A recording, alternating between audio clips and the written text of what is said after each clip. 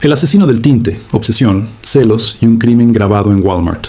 En el corazón de Texas, una joven madre desapareció después de salir a correr, dejando atrás un rastro de preguntas y un compañero de cuarto con una historia turbia.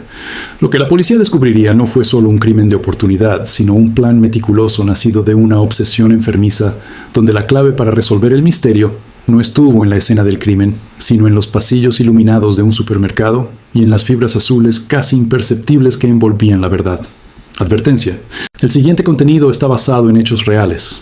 Contiene descripciones de actos violentos y detalles psicológicos que pueden herir la sensibilidad de algunos espectadores. Se recomienda discreción. Primera parte. El aire de la mañana del 23 de octubre de 2009 en Dallas, Texas, aún no cargaba el peso del horror que pronto se revelaría. Shelly Nance, una joven de 24 años, madre de un niño pequeño, era el epítome de la resiliencia. Después de superar batallas personales, había encontrado un punto de apoyo. Compartía un apartamento con Nathan Schuck, un amigo de la infancia, y su novio, Daniel William. Para Shelly, Nathan era una roca, un apoyo incondicional. Para Daniel, esa relación era algo más complejo, una dinámica que él percibía bajo una luz posesiva y distorsionada. Shelly, disciplinada y enfocada en mejorar su vida, mantenía una rutina. Aquella mañana, como muchas otras, se puso sus zapatillas para correr y salió de su apartamento en el complejo de la calle Walnut Hill. Le dijo a Nathan que haría su recorrido habitual. El sol de la mañana iluminó su salida, una imagen de normalidad que pronto se convertiría en un recuerdo desgarrador. Las horas pasaron y Shelly no regresó.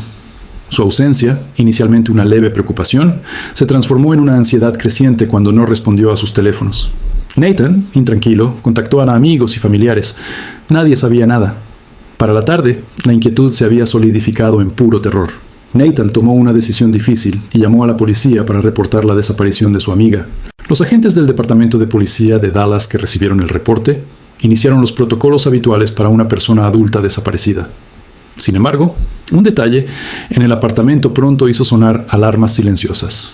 Al registrar el lugar, notaron que la cartera de Shelly, con sus identificaciones y pertenencias esenciales, estaba allí. Una corredora experimentada no saldría intencionalmente sin su identificación. Además, otra ausencia llamó la atención. Daniel William, el novio de Nathan, tampoco estaba. Nathan explicó que Daniel a veces tenía comportamientos erráticos, pero su desaparición concurrente con la de Shelly añadió una capa de misterio y sospecha inmediata. La investigación se puso en marcha. Los detectives comenzaron a trazar los últimos movimientos conocidos de Shelly. Revisaron cámaras de seguridad en los alrededores del complejo de apartamentos y negocios cercanos. Mientras tanto, el teléfono de Shelly dio una pista crucial. Su proveedor de servicios localizó su dispositivo móvil, no cerca de su ruta de jogging, sino en un área boscosa y remota cerca de la presa de Bachman, a varias millas de distancia. Era un lugar desolado, poco frecuentado, y nada tenía que ver con su recorrido habitual. El corazón de los investigadores se hundió. Este no era un indicio de alguien que simplemente se había perdido. Era la firma de algo mucho más siniestro. Equipos de búsqueda se desplegaron en el área de la presa. La tensión era palpable. Entre la maleza y la tierra seca de Texas, el 25 de octubre, 2 días después de su desaparición, encontraron lo que todos temían. El cuerpo sin vida de Shelly Nance yacía en ese paraje solitario. Las señales de violencia eran evidentes y brutales. Había sido apuñalada múltiples veces. La escena era caótica, un testimonio mudo de una lucha feroz y un final aterrador. La autopsia confirmaría luego la magnitud del ataque. Heridas profundas y contundentes que mostraban una furia desmedida. La joven madre había sido víctima de un asesinato. Con Shelly encontrada, el foco de la investigación se volvió láser.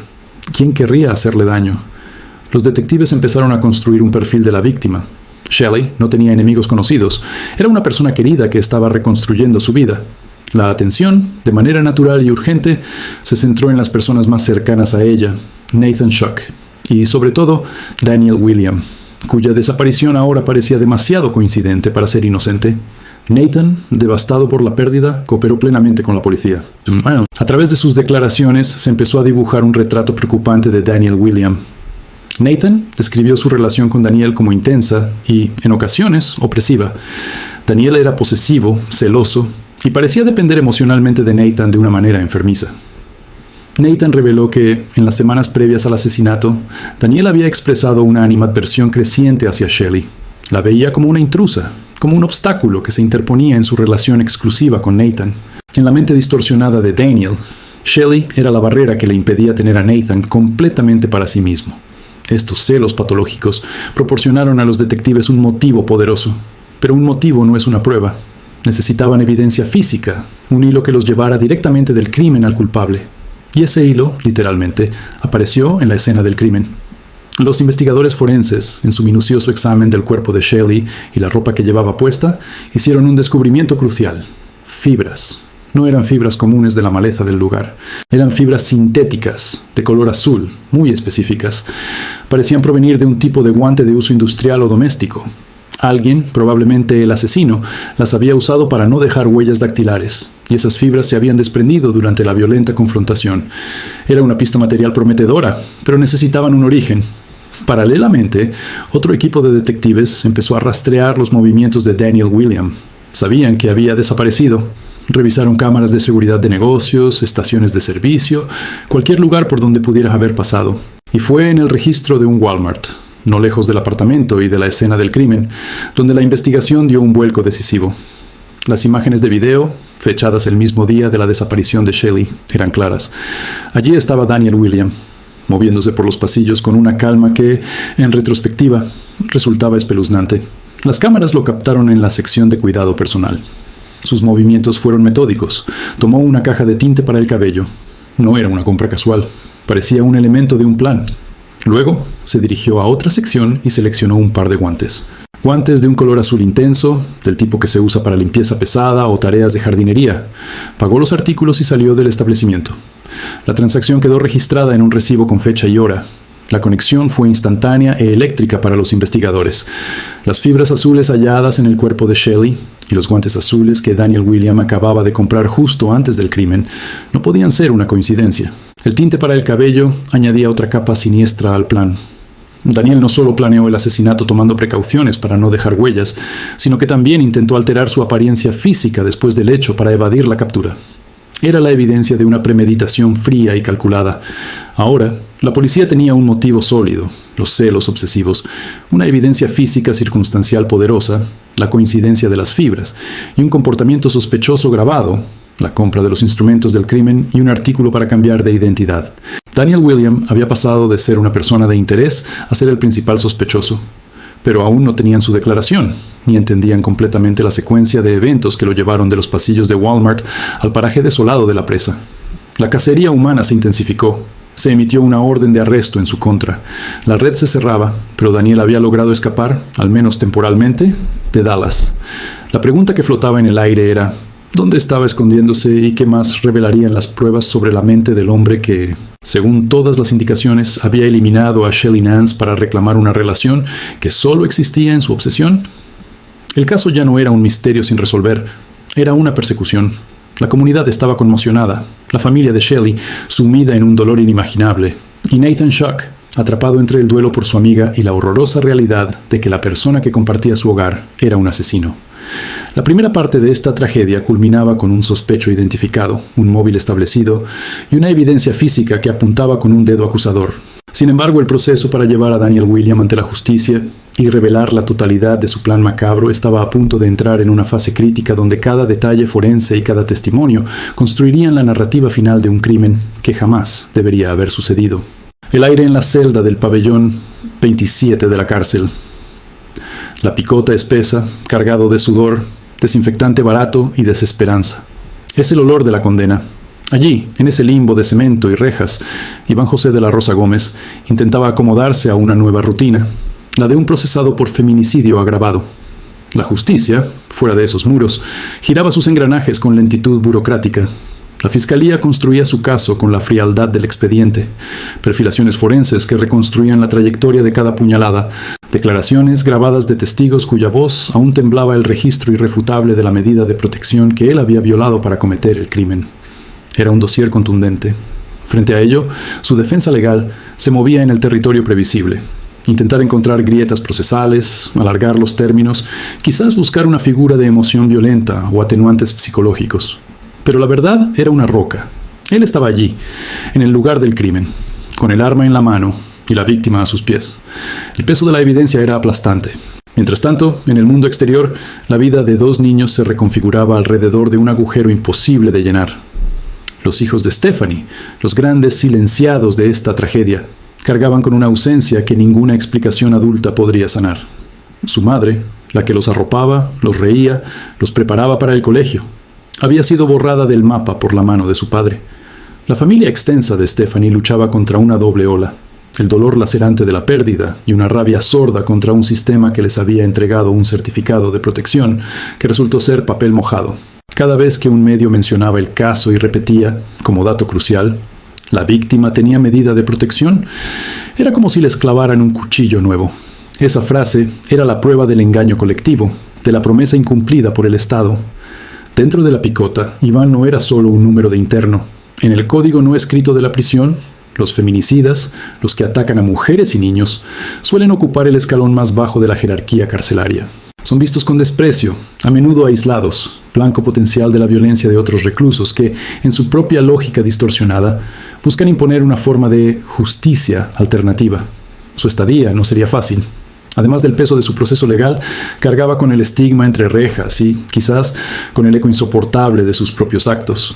El mismo hombre que ejerció un control absoluto y violento sobre la vida de Stephanie, ahora se encontraba en una situación donde él no controlaba nada. Su destino dependía de jueces, fiscales y de la dinámica impredecible del mundo carcelario. Pero el 5 de enero de 2025, ese destino tomó un giro abrupto y definitivo. Un informe escueto del IMPEC cruzó el muro de la prisión hacia la prensa. Iván José de la Rosa Gómez había sido encontrado sin vida en su celda. Los reportes preliminares apuntaban a una muerte por asfixia mecánica. La hipótesis principal que manejaban las autoridades penitenciarias, de manera casi inmediata, fue el suicidio. El feminicida, según esta versión, había decidido tomar el control final sobre la única cosa que le quedaba, su propia vida. La noticia sacudió lo que quedaba del caso. Para un sector del público fue un acto de cobardía suprema. La última evasión, escapar de la sentencia social, del fallo judicial que se avecinaba, del rostro de sus hijos convertidos en adultos que preguntarían por él.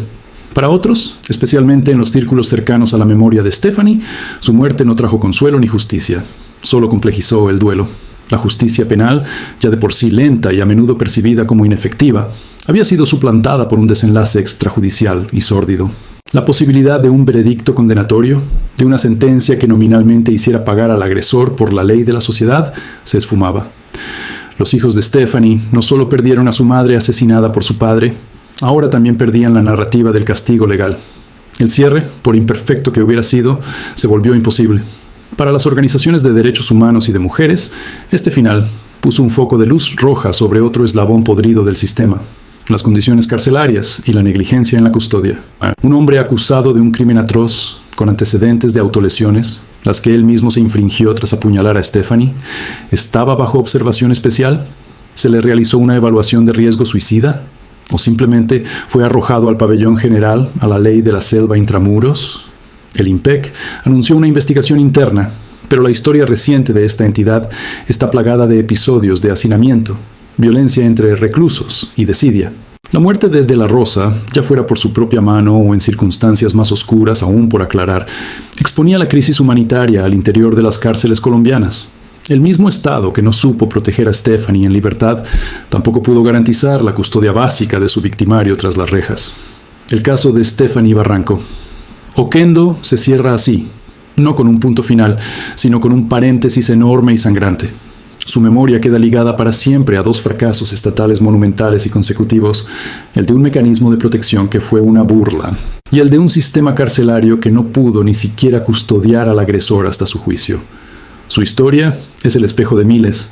Es el manual de la mujer que cree en las instituciones, que sigue el protocolo, que denuncia, que obtiene un papel con firma y sello, y descubre en el momento más crítico que ese papel no puede detener un cuchillo impulsado por el odio misógino. Las medidas de protección, sin recursos tecnológicos de geolocalización efectivos, sin respuesta policial prioritaria e inmediata, sin consecuencias reales y veloces para el agresor que las viola, son una farsa. Son un placebo legal que tranquiliza la conciencia del sistema, pero no protege la vida de las mujeres. La muerte de Iván José de la Rosa en la picota no restaura nada, no devuelve a Stephanie, no sana a sus hijos, no repara el trauma colectivo. Lo único que hace es eliminar de la ecuación al victimario, dejando intactas y operantes todas las estructuras que lo crearon y permitieron que actuara.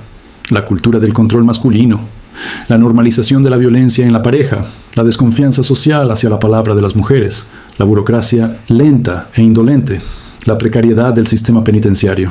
Esa maquinaria sigue en pie, aceitada y lista para producir la próxima Stephanie y el próximo Iván.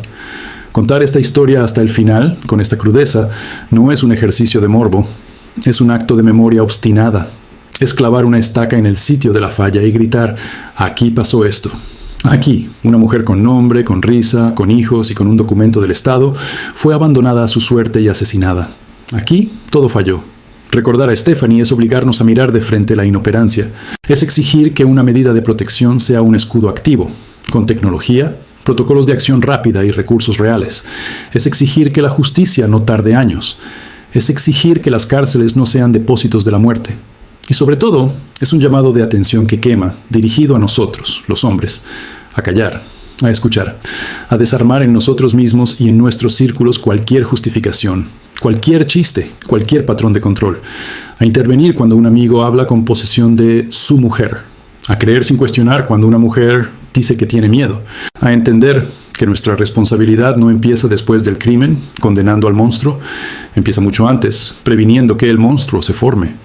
El feminicidio de Stephanie es un fracaso colectivo, y la reparación, la única justicia digna de ese nombre, solo comenzará cuando cada uno de nosotros asuma su parte en ese fracaso y se comprometa a cambiar desde la raíz esta cultura que sigue matando a nuestras mujeres. Este contenido nace del dolor y la rabia, pero también de una esperanza terco, de la creencia de que al mantener viva la memoria y exponer los mecanismos del fracaso, podemos entre todos construir una sociedad donde el miedo no sea la sombra constante de una mujer y donde un papel del Estado sea, por fin, una promesa de vida y no un epitafio anticipado. Cierre final para el documental completo. Esto ha sido Código de Investigación. Si has llegado hasta el final de este documental, es porque te importa. La justicia, la verdad y la memoria te importan. Nosotros seguiremos aquí, investigando, relatando, ejerciendo un periodismo crudo y necesario, porque creemos que es desde la exposición de la realidad más dura desde donde se puede exigir el cambio. Pero para seguir haciéndolo, para darle voz a casos como el de Stephanie, necesitamos que formes parte de esta comunidad. Suscríbete a este canal. Con tu suscripción nos das fuerza, nos ayudas a crecer y a que el algoritmo muestre este contenido a quien necesita verlo. Activa la campanita de notificaciones para no perderte ninguna de nuestras investigaciones. Y si este documental te llegó, te indignó o te movió algo por dentro, déjanos un like. Esa señal nos dice que el esfuerzo vale la pena, que la memoria es necesaria. Te pido, te robo un minuto más. Comparte este video. Habla de él. Coméntalo con alguien. Que el nombre de Stephanie Barranco Oquendo no sea una estadística más, sino un parteaguas en tu conciencia y en la de tu círculo. Gracias por estar del lado de la memoria, por no mirar para otro lado. Nos vemos en la próxima investigación.